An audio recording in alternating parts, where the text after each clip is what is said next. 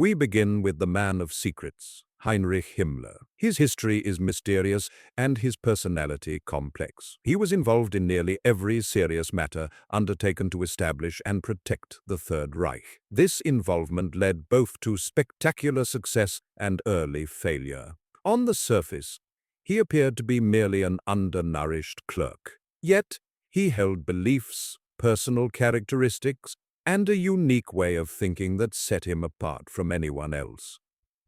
He was deep within Hitler's inner circle, and his ring of relationships among the Third Reich's figures was among the strangest and most complicated. Crucially, he was the man of secrets in the state, which naturally makes extracting information about him personally more difficult than for anyone else. Himmler's childhood gave no indication of anything exceptional. Where he came from a middle-class family who were devout Roman Catholic. He was the eldest of 3 children. He was named after his godfather, Prince Heinrich of Bavaria. Prince Heinrich, in turn, became his godfather as an act of gratitude to Himmler's father, who had helped educate the prince. The prince provided regular financial assistance to the family, who needed it significantly to meet their needs. From the start of his life, Heinrich was academically superior but physically weak and socially underdeveloped. He suffered from chronic stomach and other ailments. His schoolmates confirmed that he was an isolated and eccentric child. His frail physical constitution did not permit him to enter the army and become an officer through normal means.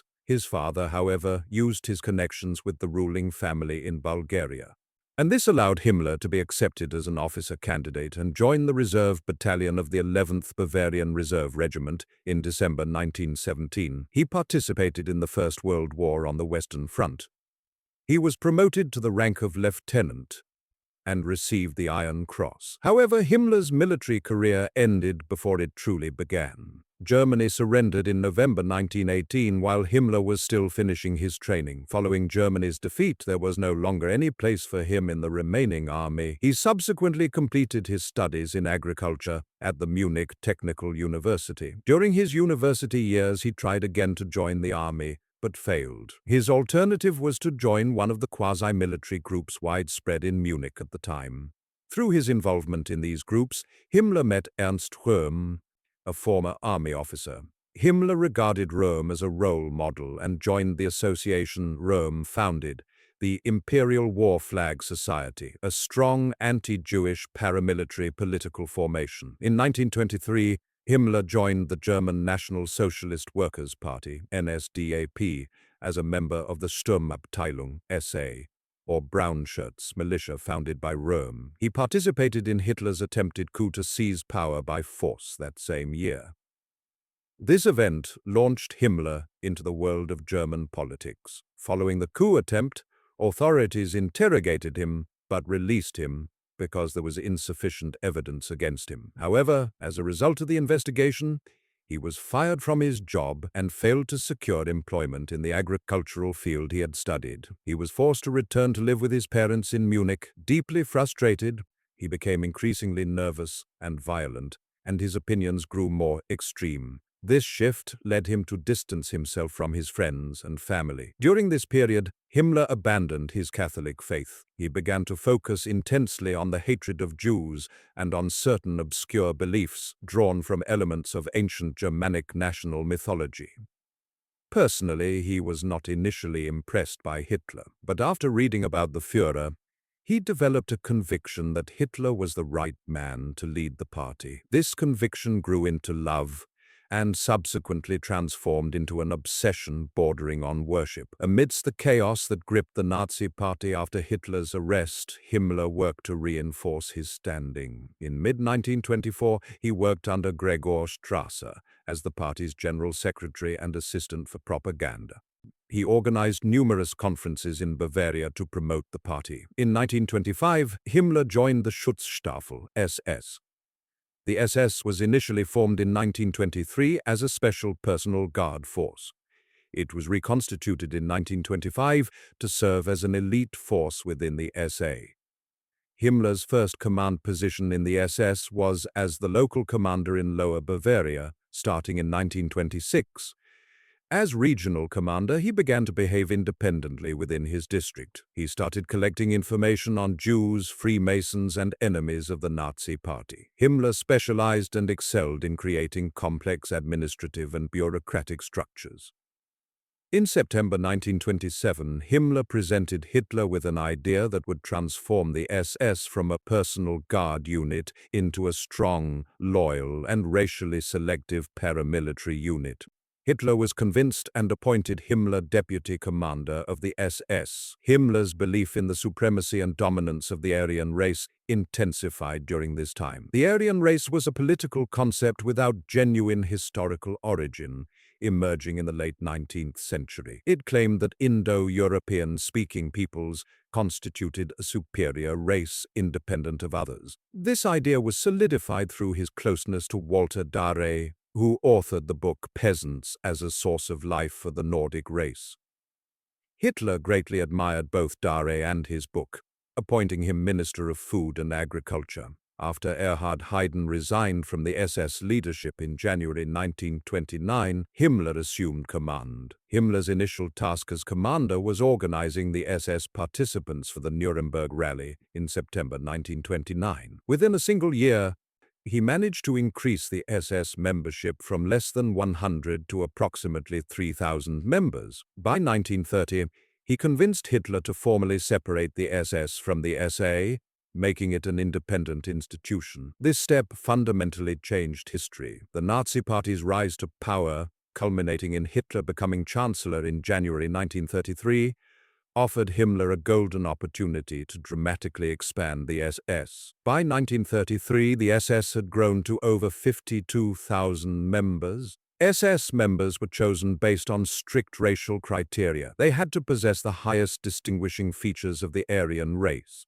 great height, blonde hair, and blue eyes. Himmler compared this selection process to the artificial selection employed by farmers, preserving the desirable traits while discarding non-conforming elements like weeds and agricultural parasites. Ironically, Himmler himself did not meet the standards he established. He was much shorter than the standard 190 centimeters required and was not blonde. Despite his physical appearance, Himmler's organizational skills allowed him to establish a respectable bureaucracy within the SS. He appointed Reinhard Heydrich first as head of the intelligence authority, and then as his deputy. The two men shared excellent understanding and cooperation, successfully achieving the complete separation of the SS from the authority of the SA. While Himmler's alliance with Heydrich secured control over the SS and intelligence, his most dangerous skill was not his cruelty or violent methods, but his superb ability to forge alliances with key individuals who contributed to his pervasive power within the Nazi state. A crucial alliance was formed with the Minister of the Interior, which allowed Himmler to progressively unify the police apparatus under one entity. The process began when he persuaded Franz, the governor of Bavaria, to appoint him police commander of Munich. Himmler, in turn, immediately appointed Heydrich as head of the political police in the city. Following this model, Himmler and Heydrich systematically gained control over the police forces in every German state, one after the other, starting in 1933. By 1933, when Himmler assumed command of the SS, he achieved an equal standing with the leaders of the two other paramilitary formations, the SA and the Hitler Youth Organization. The only state that remained outside his security jurisdiction was Prussia, which was fully controlled by Hermann Göring. Himmler created a deeply dangerous agency, the SS Main Office for Race and Settlement, Russia. He placed Walter Darré, the expert on racial classification, at its head. Ruscha's function was to historically verify the racial purity of SS men and their adherence to Aryan standards, excluding any non-conforming individuals. Through this perilous device, Himmler imposed a requirement on any SS member wishing to marry to provide a genealogical tree dating back to the year 1800. Furthermore, those who married were required to produce a minimum of 4 children. Himmler's goal was to transform the SS into a human incubator for the production and selection of the hereditary characteristics of the Aryan race, a human factory for a specific race. This experiment, considered one of the strangest and most dangerous in human history, ultimately failed. Less than 40% of SS men married, and the average number of children per marriage was only one. Despite the failure of his breeding program, these ideological ideas were among the milder parts of Himmler's agenda. In 1933, he began establishing concentration camps. The first camp was Dachau, built northwest of Munich. He immediately created an independent SS entity to manage and supervise these horrific camps. The camps became a part of Himmler's deadly imprint, used initially to eliminate political opponents. Later, they were used to dispose of undesirable members of German society, including criminals, political dissidents, and subsequently Jews, gypsies, communists, disabled individuals, and homosexuals. Furthermore, war prisoners, particularly Poles and Soviets, were targeted. In 1934, Hitler was determined to eliminate his powerful ally, Röhm, the leader of the Brown Shirts. Röhm had intended to impose his will and replace General Blomberg as Minister of Defense. In April 1934, Göring transferred the command of the political police in Prussia to Himmler, thus removing the only state previously outside Himmler's jurisdiction. Simultaneously, Hitler appointed Himmler as the commander of the police across all states except Prussia.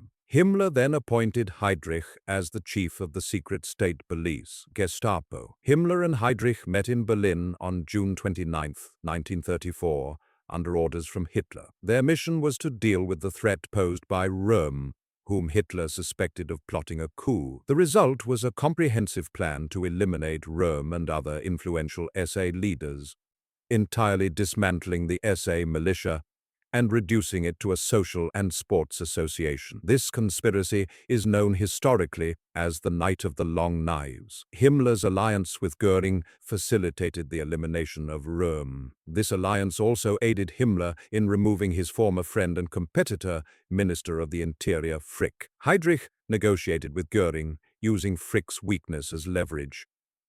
On June 17, 1936, Hitler issued a decree unifying all police agencies in the Reich. Himmler was appointed chief of the German police and Secretary of State within the Interior Ministry, which was still under Frick's nominal control.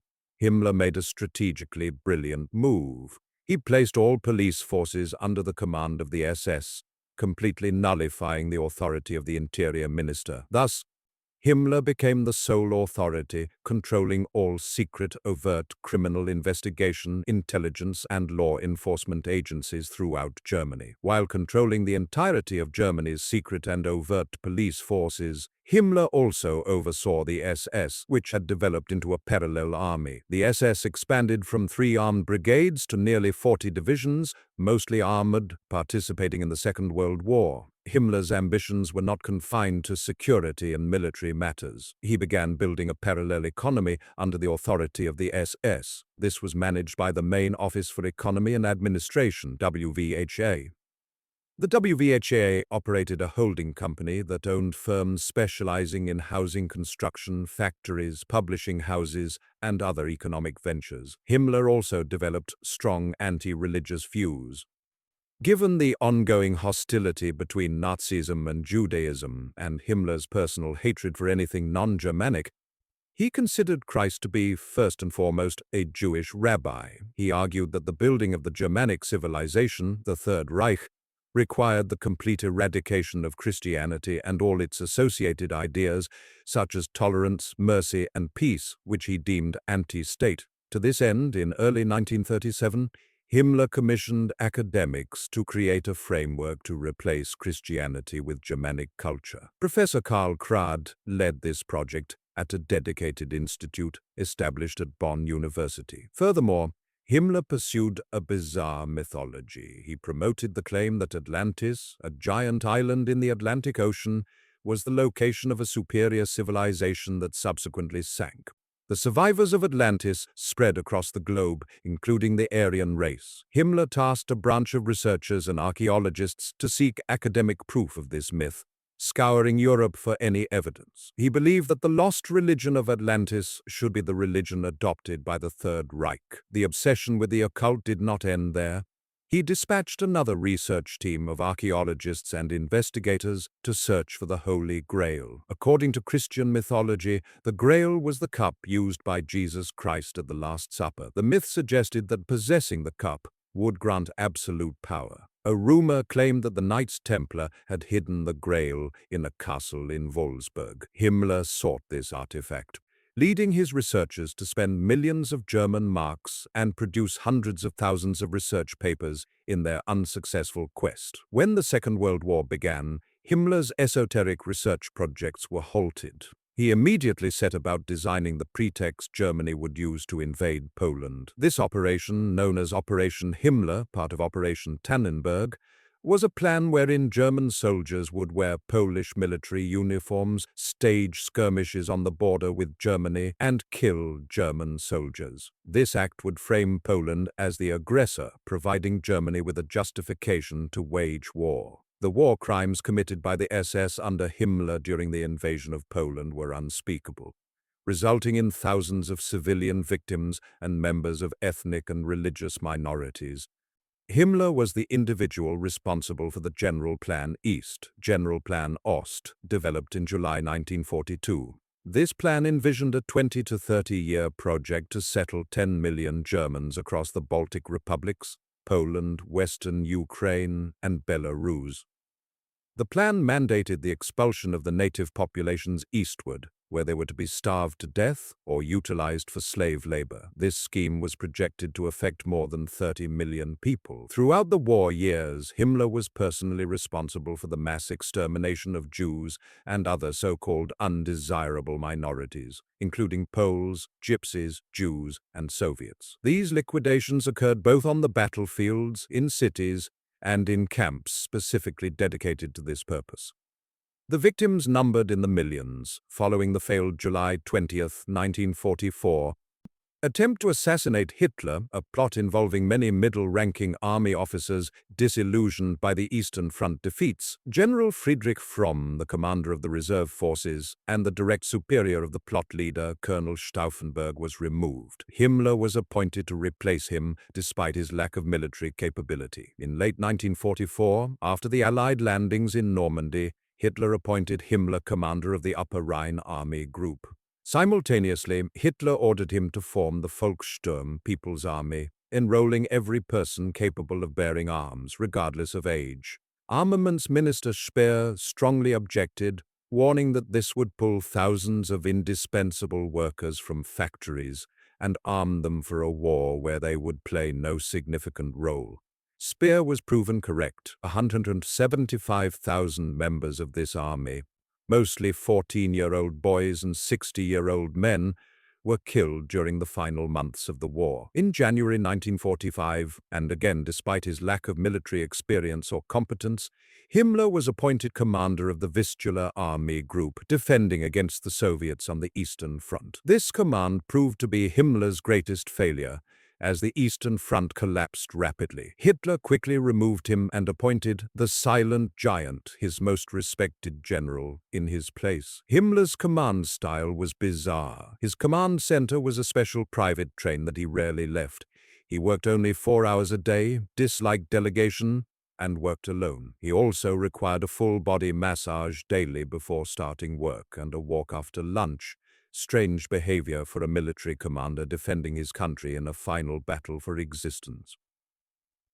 And in the war's closing stages, Himmler secretly attempted to negotiate with the Allies, but his attempts failed. He met Hitler for the last time on April 20, 1945, at the Führer's 40th birthday celebration, where he swore eternal loyalty. Immediately after this meeting and oath, Himmler traveled to southern Germany with forged papers. He was captured within 2 days and subsequently committed suicide.